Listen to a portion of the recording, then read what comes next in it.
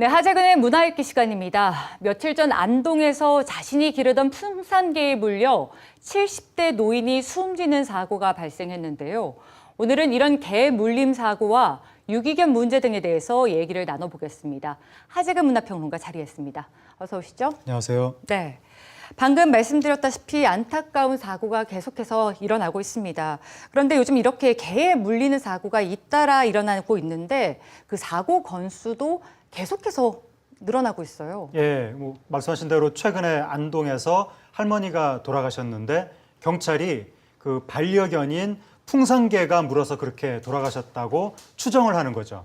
근데 일각에서는 좀 의혹이 있다라는 주장도 있지만 어쨌든 그 문제와 별개로 전북에서도 대형견이 지나가는 초등학생을 물어가지고 그 초등학생이 피부 이식을 검토해야 될 정도로 그랬죠. 굉장히 중상을 입었었고 네. 서울에서도 맹견이 집 바깥으로 뛰쳐나가서 길 가는 행인한테 중상을 입힌 사고도 있었는데 이런 식의 반려견에 의한 개 물림 사고가 2011년에 245건이었다가 2015년에는 1,400여 건으로 대폭 지금 증가했습니다. 네. 이렇게 지금 이 개에 의한 사건이 증가하고 있기 때문에 그럴 때 어떻게 대처해야 되느냐 거기에 대해서도 굉장히 궁금증이 나타나고 있는데 네. 개가 공격성을 보일 때는 급하게 도망가거나 소리를 지르면 개가 더 흥분하기 때문에 그렇게 하지 말고 개하고 눈도 마주치지 말고 침착하게 그냥 걸어서 이렇게 좀 거리를 멀리할 네. 그럴 필요가 있습니다. 네, 이렇게 개에 대한 공포가 확산되면서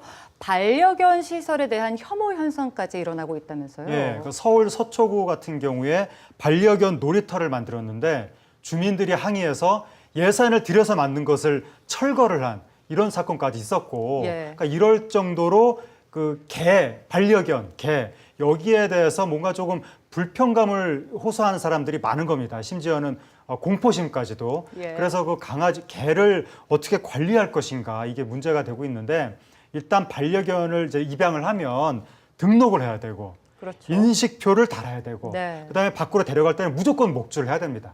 그리고 대형견일 경우에는 입마개를 해야 되고 배설물 처리 이거 반드시 해야 되고 또 강아지를 이동시킬 경우에는 케이지라고 해서 이렇게 이동식 우리 여기에 반드시 집어넣어서 이동을 시켜야 되고 영국 같은 경우에는 자기 자신이 기르는 개가 사람을 물어서 사망케 했을 경우에는 개 주인을 징역 14년까지 처하는 그런 법을 90년대에 통과를 시켰습니다. 엄중하게 처벌하네요. 그리고 뉴질랜드, 스위스 같은 경우에는 맹견을 키우기 위해서는 그 주인이 자격증을 획득해야 되는 이런 식으로 엄격하게 관리를 하고 있는데 우리나라도 이렇게 관리에 대한 제도 정비가 필요해 보입니다. 예, 맞습니다.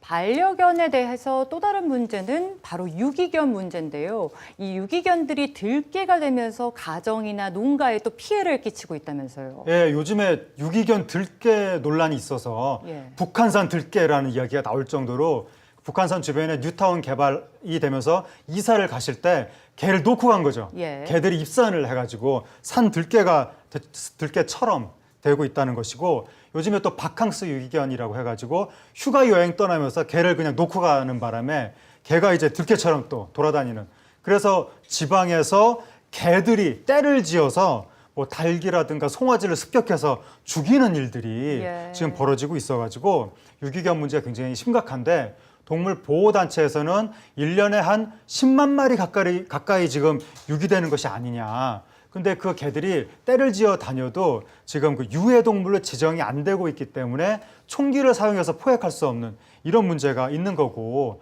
또 일부 산에서 떼를 지어 다니는 개들한테 등산객들이 또 귀엽다고 먹이를 주는 바람에 들개를 더 키우는 이런 양상까지도 나타나고 있습니다. 사실 생존의 문제다 보니까 점점 야생화되고 있는 것 같은 느낌마저 드는데 유기견 문제에 대해서 좀 더 심각하게 여겨야 한다는 사람들이 많아지고 있는 것 같습니다. 어떻게 생각하십니까? 그러니까 매우 심각하게 받아들여야 되는 거죠. 유기견이라든가 개물림 사고라든가 그러니까 이 개와 관련된 것들 왜 이게 심각하게 받아들여야 되냐면 우리나라가 지금 1인 가구가 급증하고 있기 때문에 1인 가구가 결국은 반려자로서 반려동물, 특히 반려견을 많이 입양할 가능성이 높은 겁니다.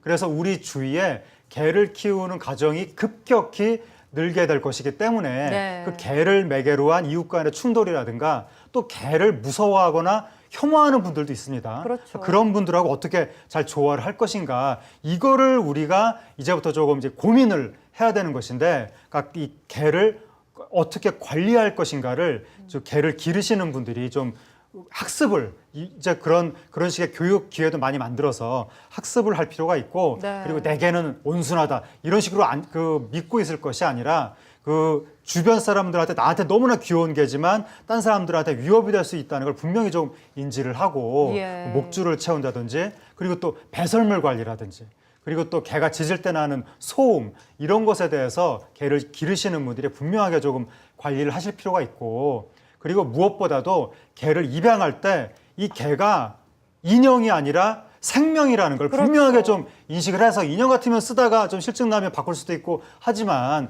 생명은 그게 아닌 겁니다. 네. 그래서 입양하는 순간에 이 강아지는 끝까지 내가 책임을 져야 된다는 의식을 분명히 가질 필요가 있습니다. 맞습니다.